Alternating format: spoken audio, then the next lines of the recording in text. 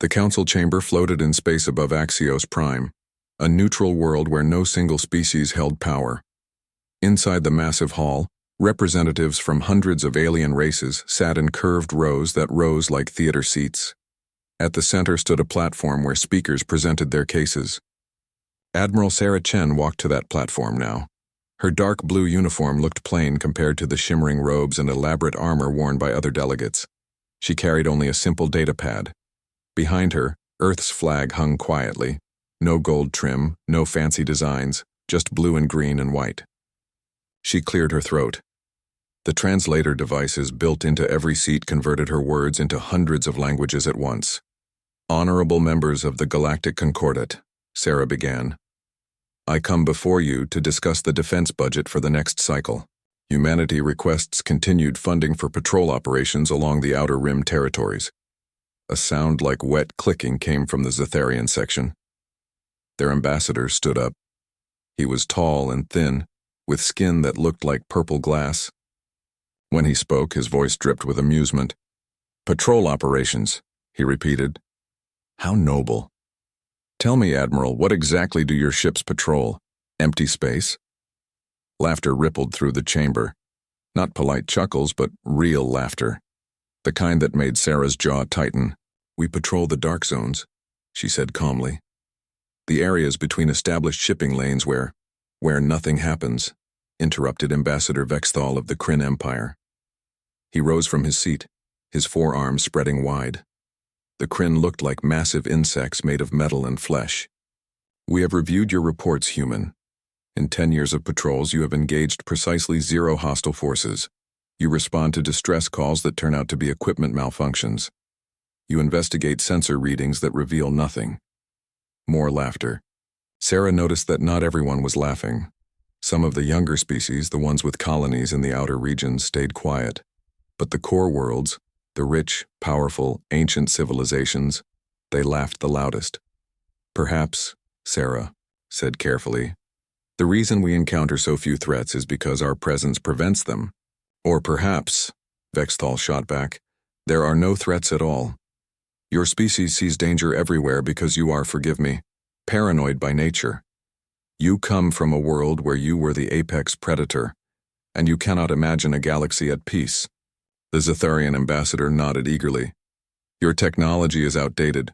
Your ships are a century behind current military standards, and yet you consume 17% of the mutual defense budget. For what? Guard duty that produces no results? Sarah pulled up a file on her datapad. In the past year, we responded to 43 missing ship reports in our patrol zones. 39 were found safe, thanks to our search patterns. 4 were never located. Missing ships disappear all the time, Vexthal said with a dismissive wave. Equipment failure, navigational errors. Space is vast and dangerous on its own. It does not need monsters in the darkness. What about the colony on Veridan 7? Sarah asked. 3,000 settlers. We received their distress signal, which arrived garbled and incomplete. The Zetharian interrupted. You claimed it was an attack. The investigation found solar flare interference had damaged their communications array. They were never in danger. Sarah's knuckles went white on the datapad, but her voice stayed level. What about the sensor? Readings we've submitted? The unidentified contacts in deep space? Asteroids. Cometary debris. Perhaps even equipment malfunction on your own obsolete sensors. Vexthal's mandibles clicked in what his species considered a smile. Face reality, Admiral Chen. Humanity's military is a relic. You defend against threats that do not exist. You cling to your patrols because it gives your species purpose, not because the galaxy needs you. The chamber erupted in agreement. Dozens of species voiced their support. Sarah stood alone on the platform, surrounded by the sounds of dismissal and mockery. I have a proposal, announced the Zetharian ambassador. I move that we reduce humanity's defense allocation by 70%. The patrol routes they currently monitor will be reassigned to more advanced forces. The Zetharian fleet and the Kryn Armada are more than capable of handling routine monitoring duties with a fraction of the resources. The vote happened quickly. Species after species approved the measure. The holographic display showed the results in real time, 78% in favor. Sarah watched the numbers climb. She saw which species voted against the measure, mostly the outer colonies, the newer members of the Concordat, the ones who actually lived near the routes humanity patrolled. When the vote finished, she stood quietly for a moment. The chamber settled into an expectant silence. They probably expected her to argue, to plead, to beg for reconsideration. Instead, she asked questions. Ambassador Vexthal, in the last 6 months, how many pirate attacks have been reported in the Kelvin sector? He blinked, confused by the change in topic. I would need to check the exact 47, Sarah said. 3 months ago, that number was approaching 200 annually. What changed? The Kelvin sector is nowhere near your patrol routes, the Zetharian pointed out. It borders them, Sarah replied. Ambassador Zixtal, how many colony ships have gone missing while traveling through the Meridian Gulf in the past year? The insectoid ambassador chittered nervously. Such statistics are not zero, Sarah said. 5 years ago, before humanity began escorting convoys through that region, the number was 12. Coincidence, Vexthal declared. Correlation does not imply causation. Sarah pulled up more data, but she could see it was pointless. They had made up their minds long before this session began. To them, humanity was just a young species that took itself too seriously. A primitive people playing soldier while the advanced civilizations handled real problems. She closed her data pad with a soft click that somehow carried through the massive chamber. I understand the Council's decision, she said quietly. Humanity will comply with the budget reduction. We will vacate our assigned patrol routes by dawn tomorrow and allow the Zetharian and Kryn forces to assume those duties. Finally, some sense, muttered the Zetharian ambassador. Sarah looked up at him. Her face showed no anger, no frustration, just a strange cold calm that made a few of the watching delegates shift uncomfortably in their seats. You'll have our full answer by morning, she said. Then she turned and walked out of the chamber. Her footsteps echoed in the sudden silence. The Earth flag lowered automatically as she left, folding itself away. That night, encrypted messages shot through human communication networks. They moved faster than light through quantum relay stations, reaching every human ship scattered across the galaxy. The messages were brief, coded in protocols that only human vessels understood. Protocol Exodus, they read. All ships, all stations, no exceptions. In orbit around distant stars, human captains read the orders. Some had expected this for years. Others felt their stomachs drop. But every single one of them understood what it meant. One by one, human warships powered up their engines. Patrol cruisers that had been watching the same dark spaces for decades. Massive carriers that served as mobile bases for exploration and rescue. Small corvettes that ran supplies to isolated colonies. They all turned away from their posts. By midnight, the withdrawal had begun. By 3 in the morning, half the human fleet had vanished from their positions. By dawn, every single human military vessel had disappeared. The galaxy was about to learn what those ships had really been protecting them from. Station Master Trelevic woke to alarms screaming through his quarters. The Kryn worker stumbled from his sleep pod, his forearms fumbling with his uniform as he rushed to the command center of Trading Station 47. The station floated at the edge of the Meridian Gulf, a vast empty region of space that served as a shortcut for ships traveling between the core worlds and the outer colonies. For 15 years, Trelevic had managed this station. For 15 years, it had been one of the safest postings in the Concordat. Report, he barked as he entered the command center.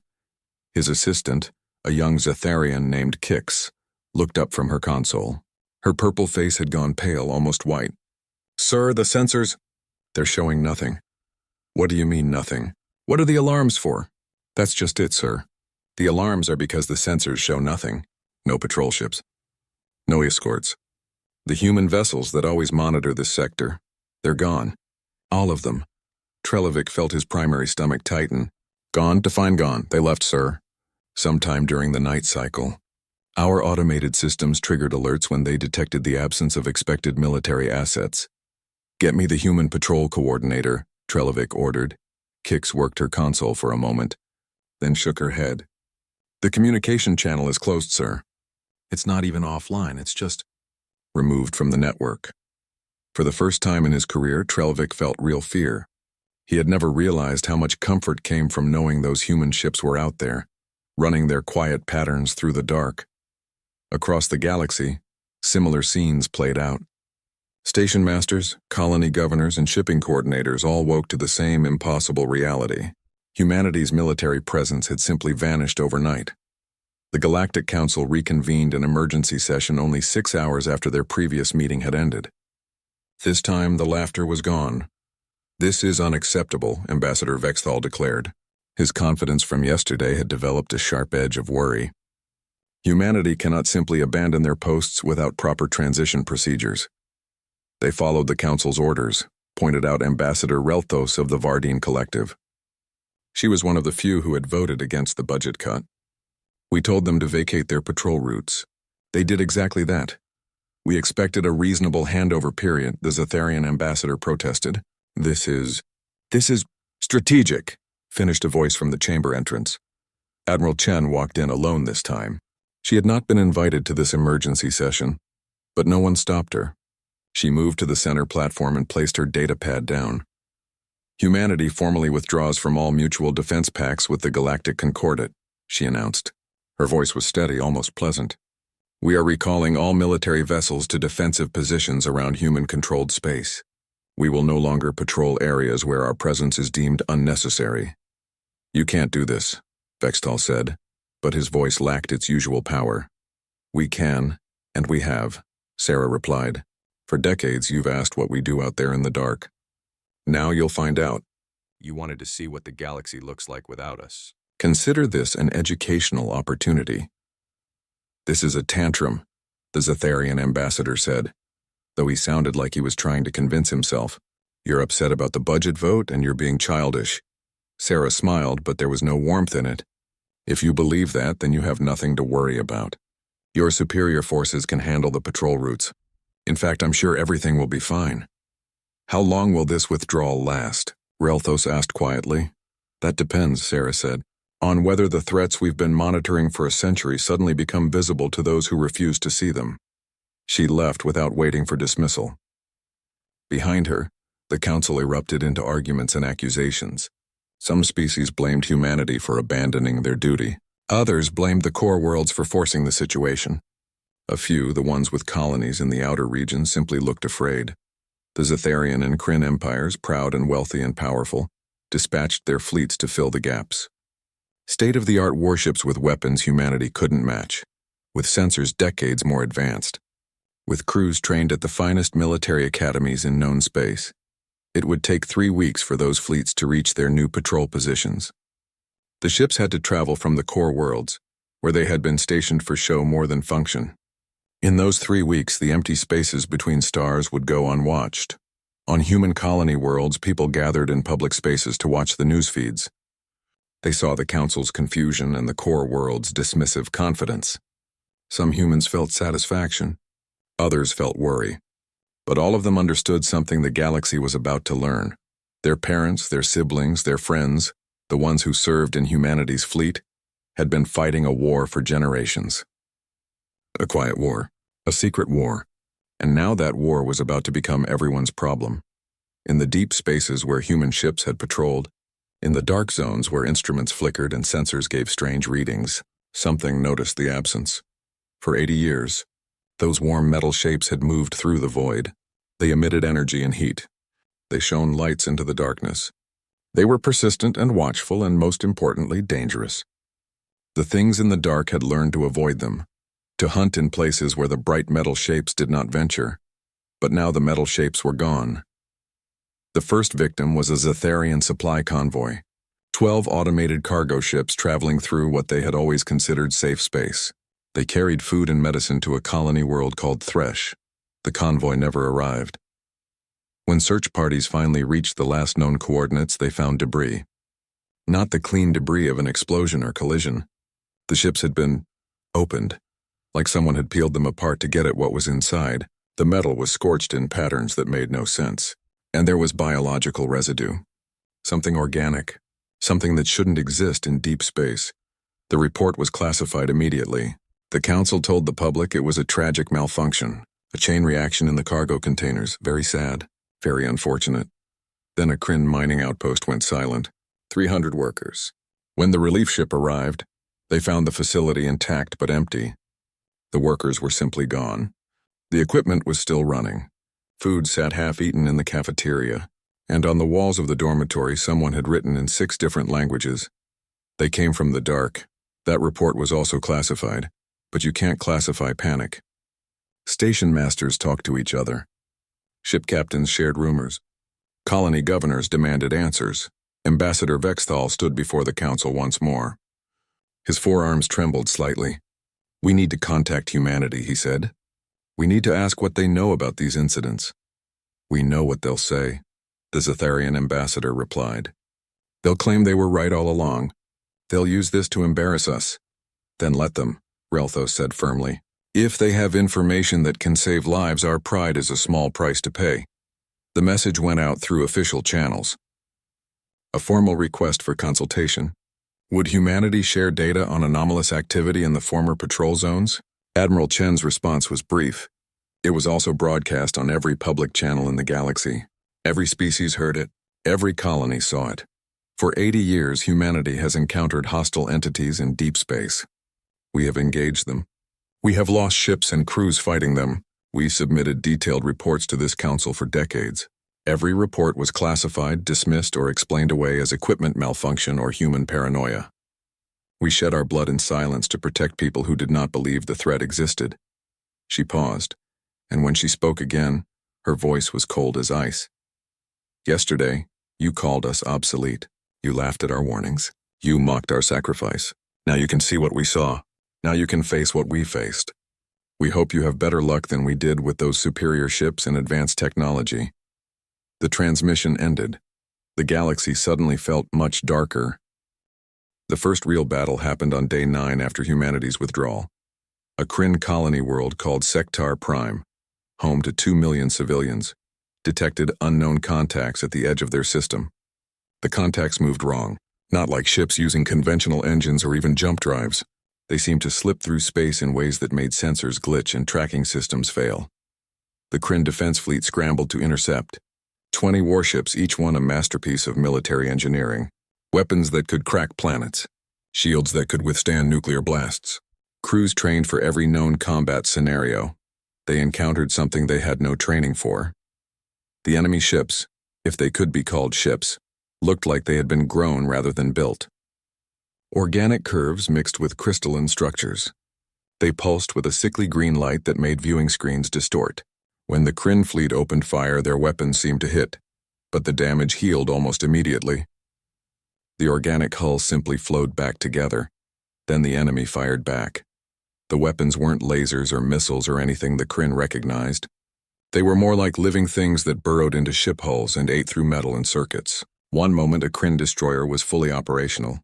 30 seconds later, its hull was dissolving from the inside out.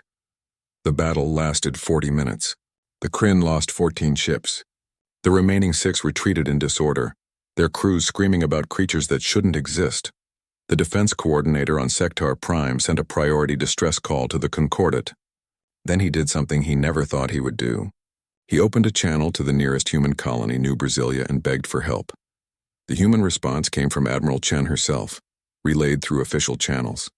"Negative. Human forces are no longer authorized to operate in your space. Please contact your designated patrol forces." The Kryn coordinator tried to explain that the designated patrol forces were the 6 damaged ships limping back to base. Chen's response was the same. "We are not authorized to operate in your space. Please contact your designated patrol forces." Sectar Prime's shields held for 2 days. Then the organic ships did something that shouldn't have been possible. They landed on the surface and began to change the planet itself. Structures grew from the ground, pulsing with that same sick green light. The structures spread like a disease, converting soil and rock and water into more of themselves. The evacuation got out 1.3 million people. The rest were either trapped or simply vanished as the structures spread. 3 weeks later, Sectar Prime was classified as a dead world, uninhabitable. The entire surface had been converted into something that looked like a massive, cancerous growth. The galaxy called them the Devourers. Humanity had a different name for them, one they had used in their classified reports for decades, the swarm. The attacks escalated. Another Zetharian convoy disappeared. A research station went dark. A colony ship carrying 5,000 settlers was found drifting, its hull intact but every living thing aboard simply gone. No bodies, no blood, just empty corridors and that green residue that burned like acid when touched. The Concordate's military forces, designed for conventional warfare between civilized species, discovered they were fighting an enemy that followed no conventional rules. The Devourers didn't hold territory. They didn't make demands. They didn't negotiate. They appeared, they consumed, and they vanished back into the dark spaces between stars. Ambassador Vexthal stood before the council, his forearms hanging limp at his sides. He had aged years in the past 2 weeks. His voice was hoarse when he spoke. "We need humanity's help," he said simply. "We were wrong. We did not know. We should have listened. They won't help us," the Zetharian ambassador said bitterly. "We insulted them. We mocked their sacrifice. Why would they risk their people for us now?" "Because they're human," said Relthos quietly. "And humans can't seem to help themselves when it comes to protecting others. It's their nature." She was wrong. When the council sent an official request for assistance, the response was ice cold. Humanity would defend human space and human interests. They would protect any species that formally requested alliance and recognized the threat. But they would not rush to save the core worlds that had laughed at them. "We told you the threat was real," Chen's message stated. "We begged you to prepare. We submitted evidence you ignored. We lost people you did not mourn. We will not spend more human lives protecting those who viewed our sacrifice as a joke." The galaxy began to fracture. Outer Rim colonies, the ones that had always been grateful for human protection, immediately sent formal alliance requests. Humanity accepted them all. Human fleets returned to those zones within days, and the attacks in those areas stopped almost immediately. The core worlds, proud and ancient, tried to fight alone. They threw their advanced technology against an enemy that didn't care about technology. They lost ships and worlds and millions of lives, and slowly, impossibly, they began to lose the war. Trade collapsed. Shipping companies refused to travel through unprotected space. The economy that had sustained the Concordate for thousands of years started to crumble. Refugee fleets fled the outer colonies toward the core worlds, overwhelming stations and planets that weren't prepared for the influx. On day 23, the Zetharian homeworld detected Devourer scout ships entering their system, the same system that had been considered absolutely safe. The heart of their empire, the place where their ambassador had stood 3 weeks ago and called humanity obsolete. Their defense fleet engaged the enemy. 150 warships. The best of the best. They fought with courage and skill and desperation. They lost 90 ships in the first 6 hours. The Zetharian government sent an encrypted message directly to Earth, not to the Council, not through official channels, directly to the human government from one leader to another. The message was simple. "We were wrong. Please help us." Admiral Chen received the message in her office on Earth. She read it 3 times. Then she pulled up a file she had kept updated for 80 years. A list of names. Human names. Thousands of them. Every person who had died fighting the Devourers while the galaxy slept peacefully, unaware of the danger. She looked at those names for a long time. Then she made a call. Within hours, Ambassador Vexthal was on a ship to Earth. He had requested to come in person, to make his apology face-to-face broadcast across the galaxy. He arrived at the Concordate Memorial in Geneva, where 47,000 human names were carved into black stone. Names of people who died in classified missions, secret battles, encounters that officially never happened. The monument had been built 50 years ago, but the Council had never sent a representative to visit it. Vexthal stood before those names, and all 4 of his arms trembled. Cameras from every major news network in the galaxy captured what happened next. The ambassador of the Kryn Empire, one of the most powerful species in known space, lowered himself to his knees. In his culture, kneeling was a sign of complete submission. It was something Kryn did only when they accepted total defeat. "We did not know," he said, and his voice broke. "We should have listened. We should have believed. These people died protecting us and we laughed at them. I have no right to ask anything of humanity, but I am asking anyway. Please help us." Sarah Chen watched the broadcast from her office. She saw the tears on Vexthal's face. Yes, the Kryn could cry. She saw the genuine horror in his eyes as he read name after name carved in stone. She made her decision. All ships, she transmitted. Prepare for deployment. Operation Daybreak is authorized. Across human space, warships that had been waiting powered up their engines. But these weren't the same ships the Council had called obsolete. During the decades of secret warfare humanity had been building, learning, adapting. The galaxy was about to see what humanity did when they were truly angry. The human fleet that arrived at Zetharian space was not the fleet the Council remembered. The ships were different, sleeker, darker, covered in what looked like adaptive armor that shifted and changed.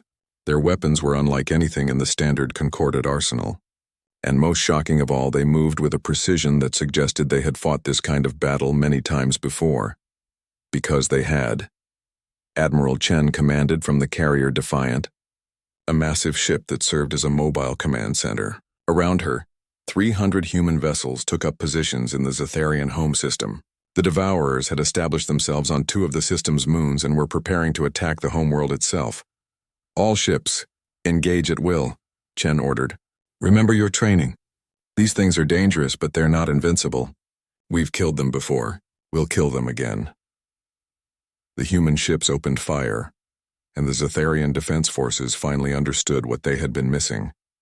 The weapons weren't designed to pierce shields or melt armor. They were designed to kill living tissue and disrupt biological processes. Plasma bursts that burned at specific temperatures, sonic weapons that vibrated at frequencies that tore apart organic structures, chemical missiles that released compounds toxic to the Devourer's biology. Every weapon had been designed through decades of trial and error. Every tactic had been learned through blood and loss. The battle was fierce. The Devourers fought with their usual terrible efficiency, but they were facing an enemy who knew their weaknesses. Human ships worked in coordinated groups, each one supporting the others. When a Devourer ship tried to use its dissolving weapons, human vessels already had their adaptive shields configured to resist. The Zetharians watched in awe as humanity fought a battle they clearly knew by heart. Admiral Chen called the Zetharian defense coordinator. How did you develop these weapons? This technology? By dying, Chen replied bluntly. Every weapon you see cost us lives to develop. Every tactic came from analyzing why our people were killed. We spent 80 years learning to fight these things while you told us we were paranoid. The rebuke stung, but the coordinator couldn't argue. On his screens, he watched human ships destroy Devourer vessels that his own forces hadn't been able to scratch. The battle lasted 14 hours. When it was over, the Devourers were gone and the Zetharian homeworld was safe. But the victory came at a cost. Humanity lost 23 ships, nearly 4,000 crew members dead or missing. In the aftermath, as rescue operations began, Ambassador Vexthal stood on the bridge of his flagship and wept openly. The humans had lost thousands saving a world that had mocked them weeks earlier, but the war was far from over. The Concordat Council met in emergency session once again. This time every species attended. This time no one was laughing. Admiral Chen addressed them via hologram. She stood on the bridge of the Defiant, her uniform dirty and torn from the battle. Behind her, crew members worked frantically at damage control. The Galactic Concordat is broken, she said without preamble. Your structure is designed for politics and trade, not for war against an existential threat. It needs to change. Then what are you proposing? Asked Relthos. Sarah pulled up a document and transmitted it to every delegate. These are humanity's terms for rejoining the Mutual Defense Pact, non-negotiable. The terms were harsh but fair. Full recognition of the Devourer threat as a code-red galactic emergency.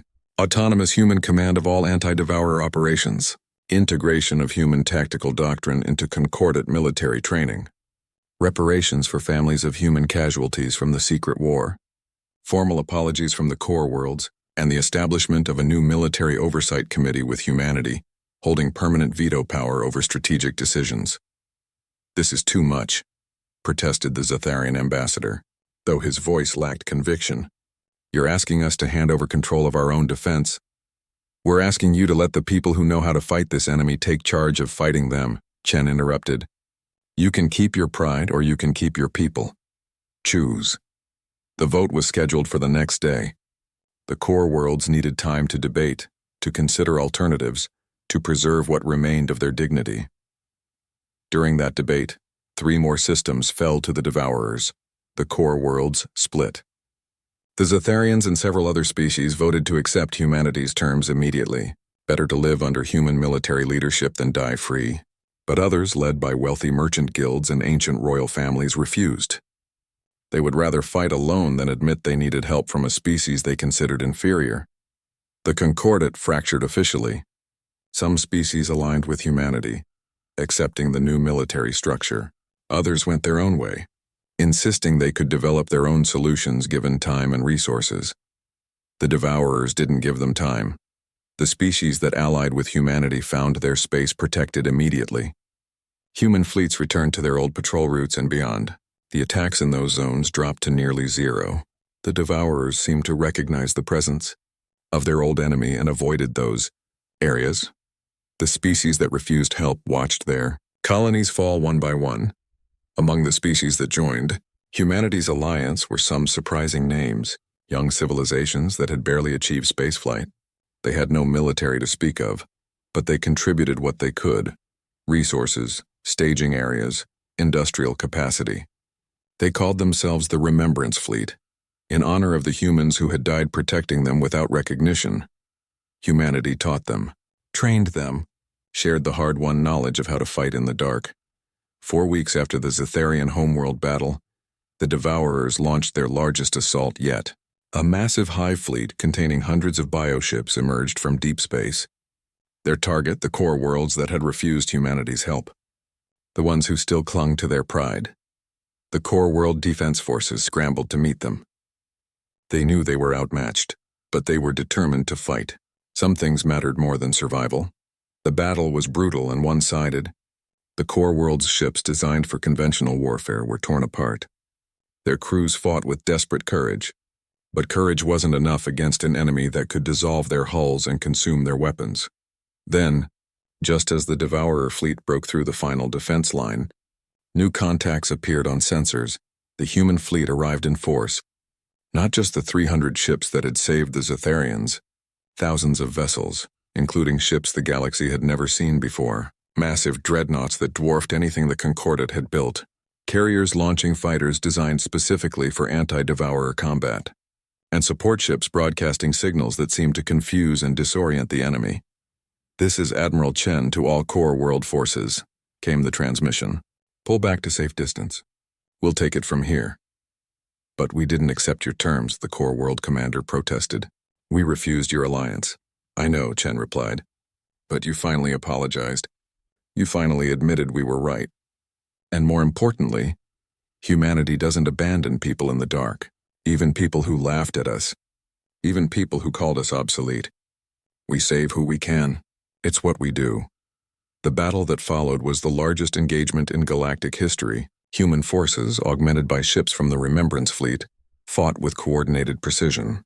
They used tactics that seemed impossible, luring Devourer ships into traps, exploiting weaknesses the enemy didn't know they had, fighting with a unity that came from shared purpose and shared sacrifice.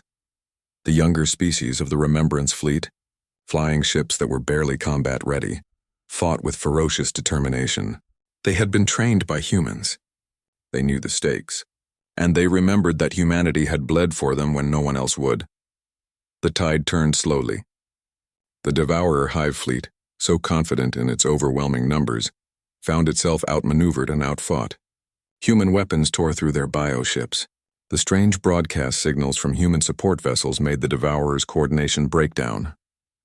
They began to retreat, then to scatter, then to flee. When the last Devourer ship vanished back into deep space, over 2,000 vessels hung in the void. Human ships, core world ships, and the cobbled-together vessels of the Remembrance Fleet, all damaged but victorious. In the aftermath, as rescue operations began across multiple fleets, Admiral Chen received a transmission from the core world commander. "We accept your terms," he said quietly. "All of them. Without reservation." Sarah looked at the name list in her private quarters. 50,000 names now. 3,000 more humans had died in the battle to save people who had scorned them. "Terms accepted," she transmitted back.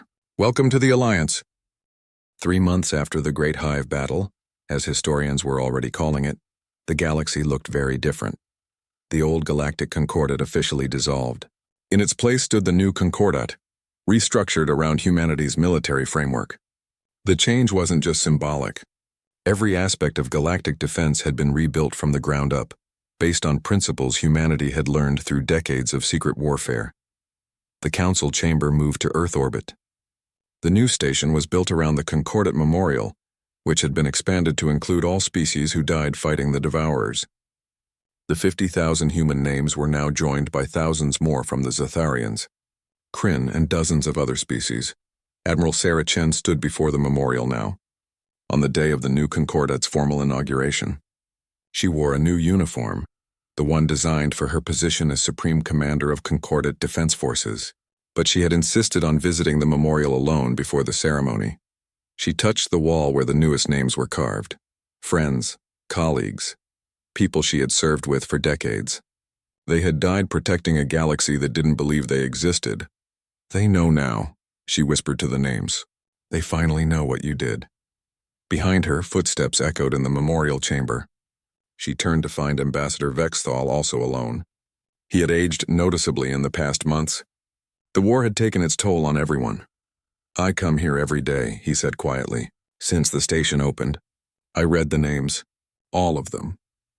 It's the least I can do. They don't need your guilt, Sarah said, not unkindly. They need you to remember, to make sure it never happens again.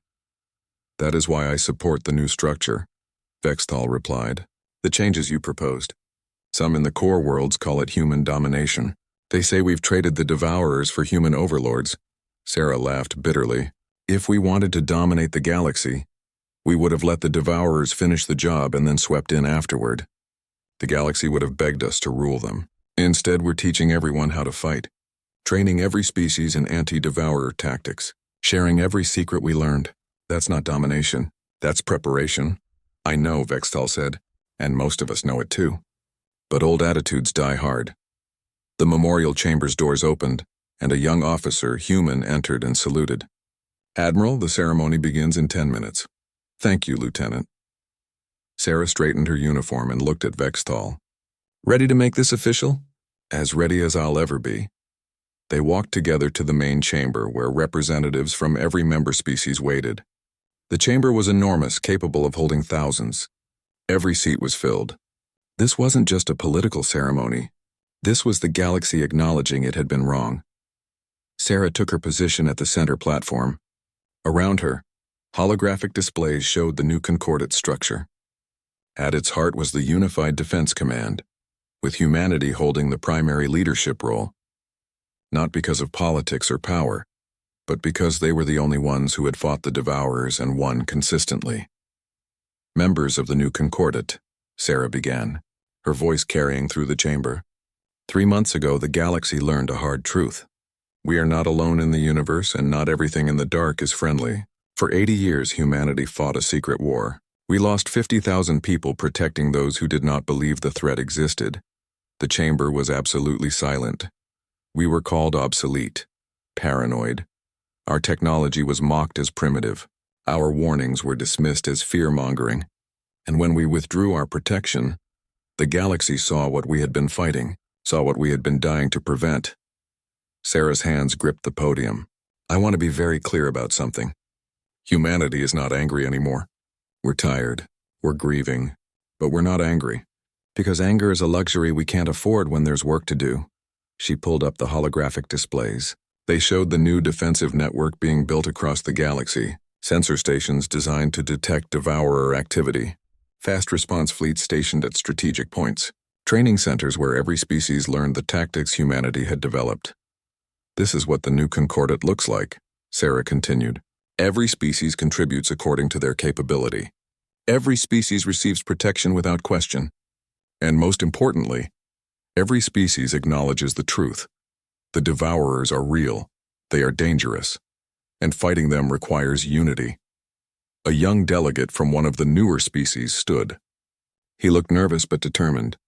Supreme Commander, what happens if the Devourers return in greater numbers? What if they bring forces we can't defeat? Sarah smiled, and this time it reached her eyes. Then we do what humanity has always done. We adapt, we learn. We fight harder. We never give up. And we make sure no one fights alone in the dark. The chamber erupted in applause, not polite diplomatic applause, but real approval. Even some of the core world delegates, the ones who had been most resistant to change, were clapping. The formal treaty signing took hours, every species affixing their mark to the document that created the new concordat. When it was done, Sarah Chen had become the most powerful military commander in galactic history. She commanded fleets from hundreds of species, had access to resources beyond measure, and held the authority to deploy forces anywhere the Devourers threatened. She used none of it for personal gain. Instead, she immediately authorized the release of every classified document humanity had compiled on the Devourers. 80 years of research, tactical data, biological analysis, combat reports, everything. No secrets, no restrictions. Every species got full access to humanity's hard-won knowledge. Why would you do this? Asked a Zetharian scientist who had been studying the data. This information is valuable beyond measure. You could have kept it classified, maintained your advantage. Because keeping secrets is what got us into this mess, Sarah replied. The more species that understand these enemies, the better we can all fight them. We're not looking for an advantage. We're looking for survival. Over the following weeks, the new system proved its worth. Devourer attacks continued, but now they were met with coordinated resistance. Human-trained forces responded quickly and effectively. The casualty rates dropped dramatically. Colonies that would have fallen were saved. Shipping lanes that would have been abandoned stayed open, and humanity's fleets, once dismissed as obsolete, became the backbone of galactic defense. But they didn't patrol alone anymore. Beside every human ship flew vessels from a dozen other species. The Remembrance Fleet, as they still called themselves, had grown from a handful of barely armed ships to a significant fighting force. 6 months after the new Concordat's formation, the largest Devourer hive ever detected appeared on the edge of known space, the kind of force that would have shattered the old galaxy. The kind of force that had destroyed entire civilizations before humanity encountered them. Sarah stood on the bridge of the Defiant and looked at the tactical display. Thousands of Devourer ships all converging on inhabited space. Behind her, communication officers coordinated with fleets across the galaxy. Every species, every ship, all responding to the threat. This is what they feared, said her executive officer quietly. The big one. The extinction-level event. This is what they trained for, Sarah corrected. We all did. Time to see if the lessons stuck. The battle was epic. It lasted for days. Fleets from every member species fought with coordinated precision, using tactics humanity had taught them. The Devourers found themselves facing an enemy that knew all their tricks, anticipated their strategies, and refused to break no matter the losses. The turning point came when a Kryn fleet executed a maneuver so perfectly that it destroyed an entire Devourer cluster. The same maneuver that human ships had pioneered 60 years ago, after losing 3 carriers to learn it worked. When the last Devourer ship retreated into deep space, the galaxy had won its first major victory. Not humanity's victory. The galaxy's victory. Every species had fought. Every species had lost people. Every species had contributed to the win. In the aftermath, as damaged ships limped back to base and crews counted their losses, Sarah received a message from the Kryn commander who had executed that perfect maneuver. Supreme Commander, our ancestors would be ashamed of how we treated humanity, but we will spend the rest of our existence making sure that shame leads to better choices. Thank you for saving us. Thank you for teaching us. Thank you for not abandoning us when we deserved it. Sarah closed her eyes and thought of the names on the memorial. So many names. Too many names. You're welcome, she transmitted back. Now let's make sure no one else has to die for being right. A year after the new Concordat formed, Sarah stood before the memorial again. It had grown. More names. The price of the war continued. But now those names represented all species. United in sacrifice, united in purpose. The memorial's newest edition was a statement carved in every language spoken in the Concordat. They jeered us for guarding against shadows. We let them see what lived in those shadows. Together we drove back the darkness. Never again will any species fight alone. Never again will warnings go unheeded. Never again will sacrifice go unrecognized. We remember, we honor, we endure.